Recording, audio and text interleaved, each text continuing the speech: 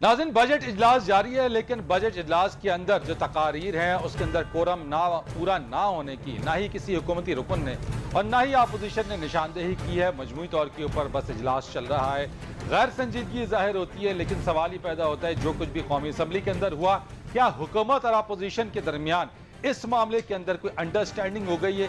एक मियाँ बीवी वाली लड़ाई के पहले लड़ाई और उसके बाद सब कुछ ठीक हो गया है, क्या ऐसा ही कुछ है? अंडरस्टैंडिंग हो गई है? इस सब के ऊपर बात करेंगे और इसी के साथ साथ हम बात करेंगे कि यहां पर वज़ीर-ए-आज़म इमरान खान की जानिब से जो गैर मुल्की टीवी को इंटरव्यू दिया गया, उसके अंदर अमरीकी जो CIA है या अमरीका को बेसिस ना देने के हवाले से जो स्टांस या मौक़िफ़ इख्तियार किया गया है, उसके ऊपर भी आज गुफ्तगू करेंगे। मेरे साथ बात करने के लिए प्रोग्राम में मौजूद हैं पाकिस्तान तहरीक इंसाफ के रुकन कौमी असम्बली ओन अब्बास साहब, बहुत शुक्रिया आपका। रुकन कौमी असम्बली मुस्लिम लीग नून अली गौहर बलोच साहब, आपका बहुत शुक्रिया। और स्टूडियो में मेरे साथ मौजूद हैं साबिक डिप्टी स्पीकर पाकिस्तान पीपल्स पार्टी और मरकजी सेक्रेटरी इंफॉर्मेशन पाकिस्तान पीपल्स पार्टी फैसल करीम कुंडी साहब। Sir, thank you so much आप तीनों मेहमानों का प्रोग्राम में तशरीफ लाने के लिए। आप ऑन साहब, आपसे आगाज करता हूं मैं जरा। बड़ा हमने कौमी असम्बली में जो कुछ भी हुआ सब ने देखा, दोबारा दोहराने की जरूरत नहीं है, बड़े नारे लगे, बड़ी जो है वो गालम गलोच हुई, चीजें हुई। लेकिन अब जो सेशन चल रहा है बजट का, जो अब तक की जो चीजें हैं कि बगैर आज कोरम पूरा हुए बगैर ही सेशन चला जा रहा है, तो ये कोई मुकमुका हो गया हुकूमत और अपोजिशन के दरमियान के? कोई भी निशानदेही नहीं कर रहा कि कोरम ही पूरा नहीं है। एक्चुअली फिर भी होता यह है कि नॉर्मली एक ट्रेडिशंस होती हैं, और फैसल कुंडी साहब इस पे ज्यादा बेहतर कमेंट कर सकें क्योंकि डिप्टी स्पीकर रह चुके हैं। कौमी असम्बली के सेशन में जब ये 2 हफ्ते का सेशन होता है तो तकरीबन तमाम मेंबरान असम्बली को मौका दिया जाता है अपनी स्पीचेस करने का और अपनी रिकमेंडेशन देने का। तो वो नॉर्मली वीकेंड्स में भी चलाया जाता है ताकि मैक्सिमम लोग जो है ना वो स्पीच कर सके। मैं ये जरूर समझता हूं कि जो पिछले हफ्ते के वाकयात हुए थे वो कंडेमेबल है, वो नहीं होने चाहिए थे, लेकिन क्योंकि असेंबली में हर बंदे ने अपनी राय देनी है तो उसके लिए अमूमन ये एक रिवायत सी है कि तमाम को मौका दिया जाए और उसमें कोरम पॉइंट आउट नॉर्मली नहीं किया जाता। मेरा सवाल ये है, अपोजिशन की तरफ से ये कहा गया था कि आपकी हुकूमत का पेश करदा बजट मंजूर नहीं होने दिया जाएगा। इस सारे वाकये के बाद मैं क्या ये समझूं कि आप और अपोजिशन के दरमियान अंडरस्टैंडिंग हो गई है कि जो कुछ भी हुआ ऊपर ऊपर से जो है वो सब कुछ किए जाओ, अंदर से सारी मिलीभगत सब कुछ चलता रहेगा? नहीं, आई डोंट थिंक सो। देखिए, बजट में ये तो हो नहीं सकता कि अपोजिशन हमें वोट दे। वोट तो हमने अपना ही लेना है और वो हमारे पास एक अददी अक्सरियत मेजॉरिटी हमारे पास है पड़ी, जो कि सादा अक्सरियत है पड़ी। अब ये है कि इस पे अब इसको चलाने की जो तरीकाकार है वो यकीनन जो एक पार्लियामेंट्री कमेटी बनाई गई थी उसने कुछ असूल रवाबित तय किए थे कि उसके तहत असेंबली को चलाया गया जाए। और उसमें जैसे कि आपने देखा कि शहबाज शरीफ साहब ने अपनी कमर दर्द के बावजूद और अपनी इतनी तकलीफात के बावजूद, जिस वजह से वो लाहौर हाई कोर्ट से बेल लेके और लंदन जा रहे थे इलाज के लिए, 4 घंटे की उन्होंने स्पीच की, हमने उनको मौका दिया। उन्होंने तो कहा पाकिस्तान के लिए अगर वो किसी के पांव भी पकड़ने पड़े तो वो पकड़ेंगे, तो वो तो 4 घंटे उन्होंने किए पाकिस्तान के लिए। लेकिन 3 दिन लग गए, 3 दिन भी लग गए उनको, उनकी तकरीर नहीं होने दी आप लोगों ने। ये मैं बता दूं, इतना शदीद दर्द हो और 3 दिन के बावजूद वो चौथे दिन 4 घंटे की स्पीच करे तो हमने उनको मौका दिया, फिर असद उमर साहब ने। लेकिन देखिए कि बिलावल भुट्टो साहब की जो स्पीच आई थी और उसके बाद फिर हमाद अजहर ने उस पर रिस्पॉन्ड किया था। हर बंदे ने जो अपना एक मौकफ है उसको प्रॉपरली दिया है, जो कि पार्लियामेंट्री प्रैक्टिसेस के एन मुताबिक है। तो इसको सेटलमेंट नहीं कह सकते, पार्लियामेंट्री रवायात अपने हिसाब से जरूर चल रही है और आगे आने वाले दिनों में आप इसको फर्दर देखेंगे, सेटलमेंट नहीं कह सकते। हम एक चीज एक्सपेक्ट जरूर कर रहे थे जिसमें हमें थोड़ी सी एम्बैरेसमेंट भी फील हो रही है कि ऑपोजिशन ने सही तरीके से बजट को पढ़ा ही नहीं है। और मैं आपको ये शर्तन कह सकता हूं कि आप 90% ऑपोजिशन के इन दोनों कॉलीग्स के अलावा जो इस वक्त मेरे प्रोग्राम में बैठे मेरे लिए बहुत मोहतरम है पड़े, आप बाकियों से पूछ लीजिए कि बजट का टोटल हुजम, टोटल साइज कितना है, तो कोई शायद वो एक फिगर भी ना दे सके कि बजट का साइज कितना है। चले, मैं आपकी इस बात को, आपने कहा कि अपोजिशन से गिला आपका यह है कि उन्होंने बजट को एक तो सही तरीके से पढ़ा नहीं है। अली गौहर बलोच साहब, मुझे आज बताइएगा ये कोरम की निशानदेही वैसे क्यों नहीं हुई है? यानी कि सारे के सारे आपके क्या सिर्फ 40 आर जो हैं आपके वो मुकम्मल करने थे? क्योंकि ना ही गवर्नमेंट ना अपोजिशन, अंडरस्टैंडिंग कोई हुई है इस तमाम तर खेल तमाशे के बाद? बिस्मिल्लाहिर्रहमानिर्रहीम। देखें, कुछ बातें ऐसी हैं, मैं वो ऑन की बात से इत्तफाक करूंगा कि ये बजट सेशन है और इस बजट सेशन में डे 1 से 2-3 चीज़ें हैं कि जो मतलब रवायती तौर पर होती हैं, जहाँ पर हमारे तहफ़्फ़ुज़ात हैं, जहाँ पर हमारे शदीद तहफ़्फ़ुज़ात हैं, हम उसका इजहार भी करते हैं और उसके लिए एजिटेशन भी चलाते हैं। नहीं, लेकिन अपोजिशन ने कहा था कि बजट मंजूर नहीं होने दिया जाएगा, किसी तौर पे भी मंजूर नहीं होने दिया जाएगा। मेरी अगर आप बात मुकम्मल होने देंगे तो फिर आपकी सवाल का जवाब उसमें आ जाएगा ऑटोमेटिकली। देखिए, गुजारिश ये है कि बजट सेशन शुरू हुआ, सबसे पहले जो है वो मतलब है कि फाइनेंस मिनिस्टर साहब की तकरीर थी, उसमें ऑपोजिशन प्रोटेस्ट करती होती है, लेकिन आपने देखा कि नारे भी थे। उस दिन जो प्रोटेस्ट हुआ वो उस दिन जिस दिन फाइनेंस मिनिस्टर की स्पीच थी, वो तमाम ऑपोजिशन ने अपनी सीट्स पर खड़े होकर प्रोटेस्ट किया। उस वक्त प्राइम मिनिस्टर भी इमरान नियाज़ी साहब भी उधर बैठे हुए थे, लेकिन कोई ऑपोजिशन का एमएनए इमरान नियाज़ी साहब के करीब वोटिंग करने के लिए नहीं गया, किसी ने उनकी तरफ कॉपी नहीं फेंकी, किसी ऑपोजिशन के हुकूमती नुमाइंदों को या हुकूमती एमएनए को, इमरान खान को या फाइनेंस मिनिस्टर को महफूज करने के लिए उनके इर्द गिर्द हसार नहीं बनाना पड़ा। लेकिन ये तो एक रवायती प्रोटेस्ट है, आप कई सालों से निकाल लें वो होता है, लेकिन इसको हमने इस दफा और डिसिप्लिन किया। पूरी ऑपोजिशन के पीपल्स पार्टी, नून लीग, जेयूआई और दीगर हमारी पॉलिटिकल पार्टी, तमाम के कायदीन ने कहा था कि आप अपनी सीट से आगे नहीं जाएंगे, तो हमने कोई भी लाइन क्रॉस। अली भाई, डिसिप्लिन जो वायलेट हुआ ना, जो कुछ भी किया, लेकिन जो वायलेशन हुई डिसिप्लिन की, वो तो ना सिर्फ पूरे पाकिस्तान में लोगों ने बल्कि पूरी दुनिया में देखा। मैं पूछना आपसे चाह रहा हूं, मेरा जवाब मुझे दे दे, मैं ताकि फैसल साहब की तरफ आ जाऊं, कि जो कोरम की ना होने की निशानदेही करने वाली बात है, और जो आपका जो शुरू में जो चीजें हुई, अब लग ये रहा है कि हुकूमत और अपोजिशन बजट पास कराने में कम से कम एक पेज के ऊपर है कि आइंदा अपोजिशन भी बजट पास होने देगी। ऐसी कोई हिदायत है आपके पास? नहीं, ऐसी कोई हिदायत नहीं है। हम बजट को बिल्कुल ये समझते हैं कि ये पाकिस्तान के मफाद में नहीं, ये पाकिस्तान के अवाम के मफाद में नहीं है। फैसल साहब, आपकी तरफ जरा आ जाता हूं मैं, ये कि क्या अंडरस्टैंडिंग कोई हो गई है अपोजिशन और गवर्नमेंट के दरमियान? बिस्मिल्लाह, देखें फरीद, ये अंडरस्टैंडिंग नहीं होती। नॉर्मली हमने भी 5 साल जो हाउस चला है, बाकी भी बजट सेशन जब होते हैं, इसमें कुछ इश्यूज़ पे हुकूमत और अपोजिशन जब ये बैठते हैं बिजनेस एडवाइजरी कमेटी में, जब स्पीकर साहब बुलाते हैं, उसमें कभी नॉर्मली हमारा दौर में ये होता था और बाद में भी होता होगा कि जी क्वेश्चन आवर में हम पॉइंट आउट ना करें कोरम, क्योंकि क्वेश्चन आवर ऐसा होता है कि अगर आप एक दफ़ा वो लैप्स हो गए फिर उसको अगली दफ़ा टर्न आने में टाइम लगता है। बजट में भी हम ये करते थे कि जी बजट स्पीचेज़ हैं, आवर्स पूरे करने हैं, तो इस पर मेहरबानी करके हम कोरम पॉइंट आउट नहीं करेंगे। पास करना और न पास करना वो जब वोटिंग होगी उस वक्त होगा। उसमें ये ज़रूरी नहीं है कि ये मतलब है कि आज आपने कोरम पॉइंट क्यों नहीं किया। अब नॉर्मली ये होता है, अब अगर यूरोपियन पार्लियामेंट में देखें, यूके की पार्लियामेंट में देखें, कभी कभी दो बंदे भी बैठे होते हैं और स्पीच चल रही होती है, वो एक रिकॉर्ड के लिए आपके होता है।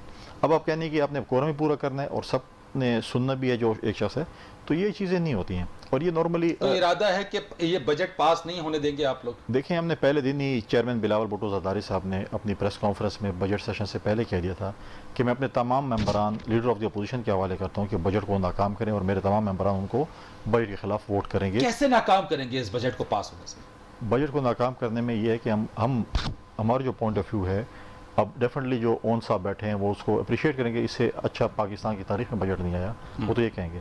वो तो कह रहे हैं कि आप और अली गौर बलोच साहब जो हैं, दोनों इस चीज को अंडरस्टैंड कर लेंगे कि वाकई बजट की जो नुकात हैं वो आपके इल्म में है और बड़ा अच्छा बजट है। देखें, अब वो तो जो भी बजट होगा वो तो ये कहेंगे, जिस किस्म का भी होगा वो कहेंगे कि अच्छा ये कभी भी नहीं। आप नहीं मानते? हम ये लोगों को मुतमईन करेंगे कि बजट जो है अवाम दोस्त बजट नहीं है, ठीक है। अब हम इनके जो एलाइज हैं इनसे भी रब्ता करेंगे। अपने तो हमारे अपोजिशन के हैं, इनकी भी एलाइज हैं ना, ज़रूरी नहीं है कि इनके पास एक जमात की इख्तियार है, इनके पास एलाइज हैं। हाँ। हम उनसे रब्ता करेंगे, ये बजट अवाम दोस्त बजट नहीं है। और उसका वाहिद सबूत ये है कि कल जब चेयरमैन बिलावल साहब स्पीच कर रहे थे, स्टेट मीडिया ने उनकी स्पीच सेंसर कर दी जब वो बजट के ऊपर खास कर एतराज़ कर रहे थे। अच्छा, और पहली दफ़ा नहीं सर, पहली दफ़ा हुआ है कि ये इमरान खान साहब कहते थे ये किसी के बाप की जागीर नहीं है पीटीवी, ये हमारे टैक्सों से है और हमारी चीज़ें दिखाएं। तो आज इमरान खान से मेरा ये सवाल है और फवाद चौधरी साहब से ये सवाल है कि यार ये पीटीआई का पीटीवी है कि ये स्टेट का पीटीवी है। हाँ। अगर स्टेट का है तो फिर क्यों सेंसर किया? यानी आप कह रहे हैं कि डेलिबरेटली बिलावल साहब की स्पीच को सेंसर किया गया, ठीक है, जो उनके जो स्पेशली जो इन्होंने जो फज नंबर्स किए उसको जब वो टारगेट कर रहे थे। नहीं तो वो शहबाज साहब की भी कर सकते थे, उन्होंने तो बड़ी लंबी तकरीर की। देखिए शहबाज, देखिए हम तो, अब मैं अपने पॉइंट ऑफ व्यू से बात करूँ ना, शहबाज शरीफ का तो Guinness book of world record में लिखा जाएगा कि लीडर ऑफ द अपोजिशन की स्पीच को 7 दफ़ा एडजर्न किया गया, 7 दफ़ा एडजर्न किया गया, ठीक है। अब ये मैं तो अपने पॉइंट ऑफ व्यू करूँ कि क्यों किया इन्होंने। मैं ये पूछना चाहता हूं कि वैसे क्यों किया? अगर जानबूझ के शाह से शाह के वफादार थे तो आपने उस पर क्या एक्शन लिया कि उनको किसको लोगों को आपने सस्पेंड किया कि वो जो आपने सेंसर क्यों किया उस बहुत, ये तो शाह से आपकी जो होंगी आपकी शाह से शाह के वफादार थे कि जी ये चीज़ ना करें, मतलब है कि ज़िले इलाही को जो है शायद पसंद ना आए। तो वैसे ऐसे क्या किया दिया वैसे बिलावल साहब ने जो आप समझते हैं कि वो सेंसर करना पड़ा? देखें सोशल मीडिया पे तो देखें, आज आप जो अफसोसनाक वाक़या पार्लियामेंट में 2 दिन हुआ, आपने उनको सेंसर किया, उनकी आवाज़ों को सेंसर किया, लेकिन सोशल मीडिया पे तो चल रहा था ना। इन्होंने जो डिजिट्स पे थे उन्होंने उसी डिजिट पे उसके ऊपर उन्होंने एतराज़ किया कि यार ये चीज़ें जो है इसको, तो अगर वो दिखा लेते तो क्या हो जाता। बजट के अगले दिन शोर शराबे में इन्होंने पेट्रोल की कीमतें चढ़ा दी, चढ़ाई आपने देखा होगा 2 दिन बाद चढ़ गई, ठीक है। अब ये कहते हैं कि लोगों का जो है ये इस शोर शराबे में कहता है कि लोग जो है वो डिस्ट्रैक्ट हों, बजट की तरफ लोगों का ख्याल ना हो।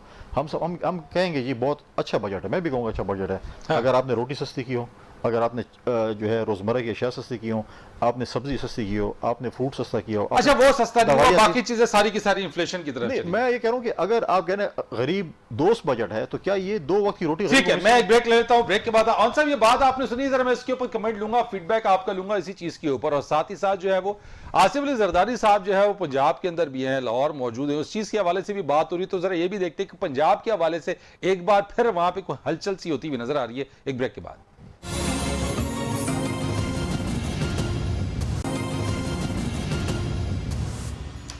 प्रोग्राम में खुशामदीद कहेंगे। ऑन साहब फैसल साहब ये कह रहे हैं कि किसी सूरत भी बजट पास नहीं होने दिया जाएगा, सो व्हाट? अच्छा, मैं वैसे शायद बात को क्लियर नहीं कर पाया कि बजट पास करना ना करना ये इनकी बस की बात नहीं है। मेजॉरिटी हमारे पास मौजूद है और वो हम करवा लेंगे। और आप पिछले 2.5-3 साल में देख लें तो इनके जो बुलंदो बाग दावे, सिर्फ पिछले अगर 1 साल की इनकी पूरी आप तारीख पढ़ के देख लीजिए, जिसमें पीडीएम पहले पीपल्स पार्टी शामिल थी, अब नहीं है उसमें, तो अब गवर्नमेंट जा रही है, अब गवर्नमेंट आ रही है, अब पीडीएम बन रही है, बड़े बड़े जलसे हो रहे थे। कोविड के बावजूद एक मुल्क कितनी हैजान की कैफियत में था, इन्होंने ग्रिप करके कौम को रखा हुआ था कि हम प्राइम मिनिस्टर इमरान खान को घर भेज के रहेंगे। तो इनकी बहुत सारी मूवमेंट्स को आप देखते रहेंगे और इनके जो दावे थे वो भी सुनते रहेंगे। यानी हम ये समझे कि तरीन साहब और उनके ग्रुप से भी एडजस्टमेंट और सेटलमेंट हो गई है, there will be no issues from their side. मैं हर टॉक शो में ये कहता रह गया कि तरीन साहब और उनके साथ जितने भी हमारे दोस्त थे, उनका पॉइंट ऑफ व्यू एक सिंपैथेटिक सिंबॉलिक ग्राउंड के ऊपर उनके साथ इजहार यकजहती के हद के तौर पर था। हाँ। आप अगर मनी बिल के हवाले से बात कर लें या पार्टी पॉलिसी के हवाले से बातें तो यही निकल रही थी ना कि तरीन साहब और उनके ग्रुप अगर ना चाहे तो बजट पास भी नहीं हो सकता। ये तो बातें हो रही थी ना, वो तो यही हमारे ऑपोजिशन के दोस्त बात कर रहे थे। उन्होंने तो कभी नहीं कहा, किसी भी दोस्त ने जो साइड पे खड़ा था उन्होंने ये देखा। आज आप देखें कि इस वक्त जब मनी बिल पेश हो चुका है और चारों असेंबली में हो चुका है, आपको किसी जगह पे कोई ऐसा रिफ्ट कहीं पे नजर नहीं आ रही, कोई प्रॉब्लम नहीं। लेकिन अरकान असेंबली की एक बड़ी तादाद उनके साथ थी, ये तो आप डिनाई नहीं करेंगे। सर आपके ख्याल में 8 तो मेंबरान कौमी असेंबली जो इस वक्त खड़े थे वो इस वक्त भी हमारे साथ बैठे, वो पिछले अभी आज स्पीच भी करेंगे, कल परसों की स्पीचेस भी आप देखेंगे। लेकिन इसका ये मतलब नहीं कि वो उस वक्त भी कह रहे थे कि हम पार्टी की लाइन। तब तो मामला था ना, लेकिन अब तो सेटलमेंट हो गई होगी ना उनसे। देखिए ये बार ये सेटलमेंट की बात जो की जाती है, इसको आप पॉलिटिकल नारे के तौर पर आप इस्तेमाल कर लीजिए, बात तो वही है। ऐसा कभी भी नहीं हुआ था, यकीन जानिए। मैं आप सिर्फ एक राजा रियाज साहब की स्टेटमेंट भी उठा के देख लें, ठीक है। अभी वो कहते थे, वो यही फरमाते थे कि मैं पार्टी के साथ खड़ा हूं।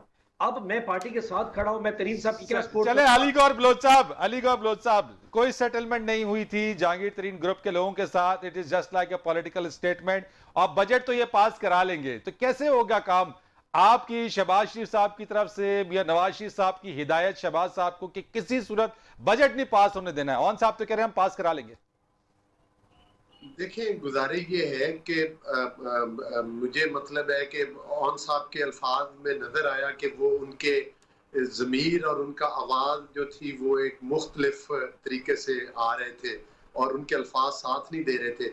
देखें पूरी कौम, यही तो अलमिया है कि हम टॉक शोज में भी आकर सही बात नहीं करते। हाँ। पूरी कौम ने देखा कि जिस तरह से जहांगीर तरीन पर केस बनाया गया, फिर जिस तरह से लोग जिनको जहांगीर तरीन ने पार्टी ज्वाइन करवाई या आज़ाद अरकान जो पीटीआई में शामिल हुए, ना सिर्फ मरकज में बल्कि पंजाब में भी वो ग्रुप खुलकर सामने आया और उन्होंने तमाम टीवी चैनल पर आकर फर्दन फर्दन अपने बयान दिए। हर किसी के बयान इतने सॉफ्ट भी नहीं थे जो उन्होंने, और वो खुल्लम खुल्ला था। उनका कहना था कि ठीक है, अगर जहांगीर तरीन को एनआरओ नहीं दोगे तो फिर हम तुम्हारी ईंट से ईंट बजाएंगे। नहीं, आपके पास आपका पॉइंट ऑफ व्यू क्या है? चले ऑन साहब तो डिफेंड कर रहे हैं ना, आपका पॉइंट ऑफ व्यू क्या है? क्या गवर्नमेंट ने जहांगीर तरीन ग्रुप को एनआरओ दे दिया है? मैं रिस्पॉन्ड करूंगा जी। एनआरओ, वो तो एनआरओ उसी दिन जिस दिन एक अपनी पार्टी के सेनेटर को, मतलब एक बड़ी मजाका खेल।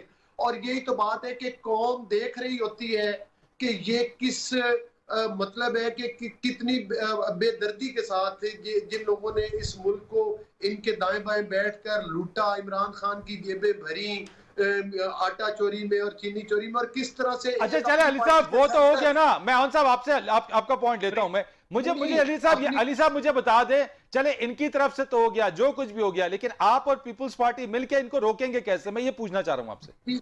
देखें, हमारे पास जितनी भी हाउस में मेजॉरिटी है, इनके भी कोई अरकान इनसे 100% मुतमिन नहीं है, लेकिन मादरत के साथ हमने किसी बंदे को भी अपनी पार्टी के टिकट का लालच नहीं दिया। अच्छा। यकीन करें, अगर आज हम अपनी पार्टी के टिकट ऑफर करें तो इनके आधे मेंबरान इनके साथ, यानी आपने अप्रोच नहीं किया, इनके जो मेंबर्स हैं उन्होंने आपको अप्रोच किया? ये वो तो ओपनली, वो तो कई प्लेटफॉर्म पर वो डिस्कस हो चुका है। कितने मेंबरान ने अप्रोच किया अली साहब? आप यार, मैं आपको ये बताऊं कि अगर इनके पंजाब में और मरकज में, मेरा ख्याल है कि इनके आधे मेंबर, पंजाब से 80% लोग ये चाहते हैं, 90% इनके लोग चाहते हैं हमें नून के टिकट्स मिल जाए, लेकिन हर हल्के में हमारा अपना कैंडिडेट है। हमारे लिए बड़ी फिगर आपने दे दी है। ऑन साहब ये कह रहे हैं 80-90% लोग पंजाब से जो है वो चाहते हैं कि वो उनके पास आ जाएं, ये किसी को लालच नहीं दे रहे। अली अपना गौर बलोच साहब ने भी अर्ज किया कि शायद मेरे अल्फाज और मेरी जो रूह है उसमें वो इकट्ठे कोई ऐसा जिनको कोहेजन नजर नहीं आ रहा, रब्त नहीं है। उन्होंने जज कर लिया कि कोई सिमेट्री नहीं है। अभी मैं जो गुफ्तगू करूंगा उसमें बड़ी कोहेजन नजर आएगी। ऐसे 2 महीने पहले ना, जब शहबाज शरीफ साहब उस वक्त नैब का केस भुगत रहे थे, तो उस वक्त मैं तैयारी कर रहा था कि नैब का इन पे केस क्या है। तो 7.2 अरब की टोटल करप्शन का केस था। तो उसमें जो सबसे बड़ा एलिमेंट था कि उनके खानदान के अकाउंट में 380 के करीब जो आई थी, वो तकरीबन 4.5 अरब के करीब बनती है, जिससे इन्होंने लातादाद जायदाद मरी में, विस्परिंग पाइन्स में, मॉडल टाउन में घर खरीदे। आज का वकूआ बता दूं, अब कोहेजन सही नजर आएगी कि आज FIA ने शहबाज शरीफ साहब को नोटिस भेजा है, और वो नोटिस है 24.5 अरब रुपए का, कि शहबाज शरीफ साहब के घर में मॉडल टाउन में सलमान शहबाज साहब बैठ के लोगों से रिश्वत के पैसे लेते रह गए, उसकी उनसे तफसील मांगी गई। शहबाज शरीफ साहब फरमाते हैं कि मैं तो लोगों के कौम के अरबों रुपए बचाए हैं, मुझे नहीं पता मेरे बेटे घर पे बैठ के क्या कर रहे थे। जब यही सवाल हमजा शहबाज को भेजा गया तो उसने कहा मुझे तो मालूम नहीं, सलमान शहबाज जो कि मुल्क से बाहर है उसको डिटेल का पता होगा। उसमें फिर उन्होंने एक सवाल लिख के दिया कि हजूर ये बताइए, ये औरंगजेब भट्ट नामी किसी शख्स ने 50 लाख रुपए का आपको चेक दिया था, जो कि आपकी अल अरेबिया शुगर मिल में काम करता आपका चपड़ासी है, उसके अकाउंट में जाके गुलजार खान नामी उसके बंदे का नाम है, उसमें जमा हुए, इसकी तफसील बता सकते हैं? इस वक्त शहबाज शरीफ साहब बैठ के अपनी कानूनी टीम के साथ मशवरा कर रहे हैं कि मुझे सवाल का जवाब देना चाहिए या इस वक्त अपनी जमानत करा लेनी चाहिए। तो जिन लोगों के लीडर्स इस किस्म की अरबों रुपए की करप्शन में हो, वो बैठ के इन टॉक शोज पे कहें कि उनको 80-80 लोग बैठ के कांटेक्ट कर रहे हैं, या वो हमारे मनी बिल के खिलाफ जाके बात करेंगे जिनको शायद नंबर्स का नहीं पता। मैंने आपको ये कहा कि आप इन किसी दोस्त से पूछ लो अपोजिशन के, टोटल ये आपने जो बात कर दिया फैसल कुंडी साहब ने जो बात ऑन साहब कर रहे हैं इस चीज के अंदर, शहबाज साहब ठीक है ऑन साहब चुके, ये अगर ये चीज है जिस तरह से जो दावा अली साहब ने किया उसको रिबटल दिया है ऑन साहब ने, ये अगर मामला जरदारी साहब भी पंजाब में बैठे हुए, इतलात ये आ रही है कि कुछ खबरें चल रही है कि बड़े बड़े लोग आइंदा आने वाले दिनों में पीपल्स पार्टी में शमूलियत इख्तियार करने के लिए पर तोल रहे। देखें फरीद, उसमें पॉलिटिक्स में कोई हर्फ आखिर नहीं होता। आज मुझे बताएं कि ओन साहब की पार्टी के जो फ्रंट लाइनर्स हैं, जो इनका दिफा कर रहे हैं, इनके लोगों को हाथ डाल रहे हैं, मार रहे हैं, वो पहले किसके साथ थे? माजी में उनके अगर आप सबकी निकालें लिस्टें तो किस चीज़ का मैं नाम लूँ और क्या क्या बताऊँ? आपको तो सारा को पता है कि कल वो मुशर्रफ को भी डिफेंड कर रहे थे, हमें भी डिफेंड कर रहे थे, आपको भी कर रहे थे, मैं आ रहा हूँ ना, हमें भी डिफेंड कर रहे थे, नून को भी डिफेंड कर रहे थे, आज इनको डिफेंड कर रहे हैं। कल ओन साहब इधर बैठे होंगे और वो उनके साथ चेयर पे बैठ तो के इसका मतलब यह है कि कॉमन फैक्टर्स तो ऐसे हैं जो कोई भी गवर्नमेंट आ जाए उन्होंने उसके साथ होना है। नहीं, और कल ओन साहब के साथ बैठ के ओन साहब को बुरा भला कहेंगे, आज जो उनको मतलब है कि जिनकी तारीफें कर रहे हैं, ओन साहब वगैरह की जमात की जो तारीफें कर रहे हैं, पर कल बोलेंगे देखिए हमें तो 5 साल को पीट रहे थे, ऐसे मत करो ऐसे। लेकिन ये एक अलमिया इस मुल्क का। मैं तो आज भी कहता हूँ कि पॉलिटिकल पार्टीज़ को ये चाहिए कि जो शख्स भी, चाहे फैसल कुंडी पार्टी चेंज कर रहे हैं, उसको एक इलेक्शन के लिए बैन करें कि आप एक इलेक्शन नहीं लड़ेंगे, उससे अगला इलेक्शन उस पार्टी से आप लड़ेंगे। अच्छा, ये आपकी सजेशन है? मेरी बिल्कुल सजेशन है। पार्टी में दिया आपने? बिल्कुल दिया, मैं सबको, मैं ऑनेर आप कह रहा हूँ, मैं सबको कह रहा हूँ कि ऐसा कर लें, फिर मैं देखता हूँ कितने फ्लोर क्रॉसिंग होते हैं और कितने लोग जो है ना फिर। वैसे आप नहीं समझते कि आइंदा जो अब जो 2023 इलेक्शन होंगे उसमें हो जाना चाहिए?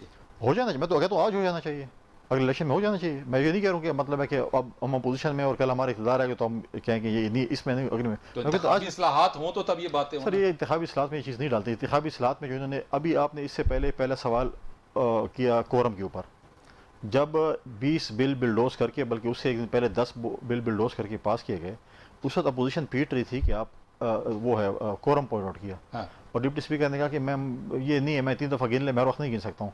तो ये करोड़ रुपए का जो आप लोग रोज़ टीवी पे कहते हैं कि जी करोड़ रुपए डिकार जाते हैं ये पार्लियामेंट वाले, तो जो तनख्वाहें लेते हैं किस लिए लेते हैं? इसीलिए लेते हैं ना।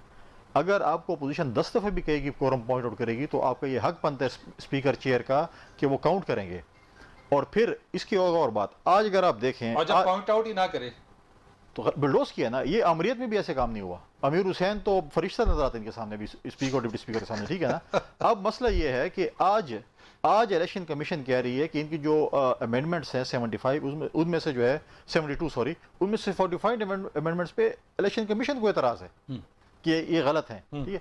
अब एक और बात, उस दिन स्पीकर साहब ने कहा, जब लीडर ऑफ द अपोजिशन और अच्छे बच्चे सब बन के बैठ के क्लासरूम में सब सुन रहे थे, तो वो जो है, तो मामला सेटल डाउन हो गया ना, यानी कि आपस में अंडरस्टैंडिंग हो गई ना। मैं यही कर रहा हूं, लेकिन आपस में नहीं हुई भाई, के ऊपर आ नहीं रहे। वो नहीं, वो थर्ड अंपायर ने की, इन्होंने नहीं की, ठीक है। नहीं, किसने किया? थर्ड अंपायर ने, ठीक है। ये जो आपस में जो माहौल अच्छा हुआ, थर्ड अंपायर ने, वो कैच जो है वो बाउंड्री पकड़ा गया नहीं पकड़ा, पांव लाइन पे था या नहीं था, तो थर्ड अंपायर की तरफ ही जाते हैं ना।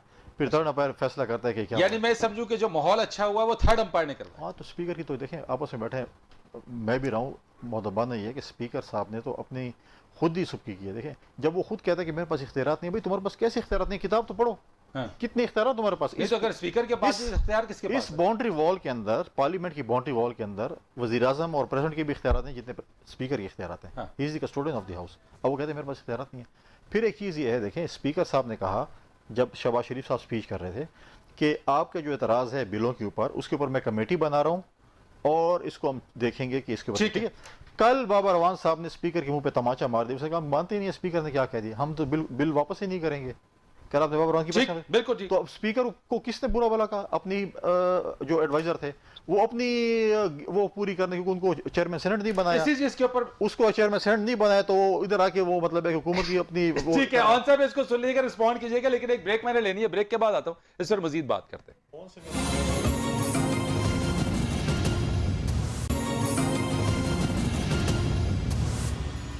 प्रोग्राम में खुश आमदीद। ऑन साहब मैं चाहूंगा, फैसल साहब ने जो ब्रेक्स पर जाने से पहले बात की है with respect to the speaker, क्या स्पीकर से आपके पास इख्तियारात नहीं है क्या? और जो कुछ भी मामला तय हुआ है, जो माहौल अच्छा देख रहे हैं, फैसल साहब तो कह रहे हैं थर्ड अंपायर ने मामला सेट करवा दिया।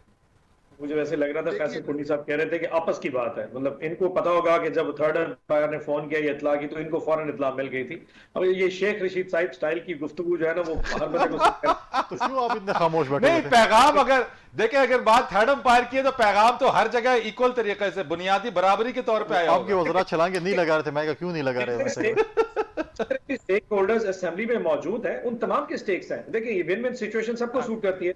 शहबाज शरीफ साहब ने अगर अपनी स्पीच करनी है और कौम को अपना पैगाम पहुंचाना है इसीलिए हवाले से, तो उनको हमारे साथ सेटलमेंट तो करनी है। ठीक है जी, मेरी 4 घंटे स्पीच सुने, आप हमारे साथ सेटलमेंट करें। नहीं, ट्रेजरी बेंच पे भी सब बड़े आराम से बैठे थे, कोई वैसे हलचल नहीं हुई।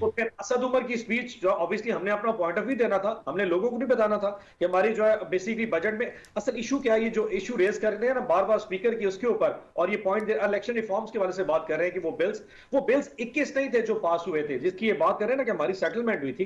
टोटल बिल्स की तादाद 9 थी और बाकी लीगल इंस्ट्रूमेंट्स थे, और ये पिछले 3 साल से रुके हुए थे, जो कि उस दिन मुख्तलिफ कमेटियों के थ्रू पास होके आए थे, जो कि उस दिन असेंबली ने पास कर। चले, आपकी क्लैरिफिकेशन ही आ गई। मैं वेरी शॉर्ट आप तीनों से एक पॉइंट ले लेता हूं with respect to the interview of Imran Khan. Prime minister साहब ने जो अमेरिकन बेसिस देने के हवाले से जो कैटेगोरिकली कहा है कि एब्सोल्युटली नॉट, मामला पार्लियामान में भी सबको एतमाद मिलेंगे, इस बारे में शॉर्ट रिस्पॉन्ड कर दीजिएगा सर।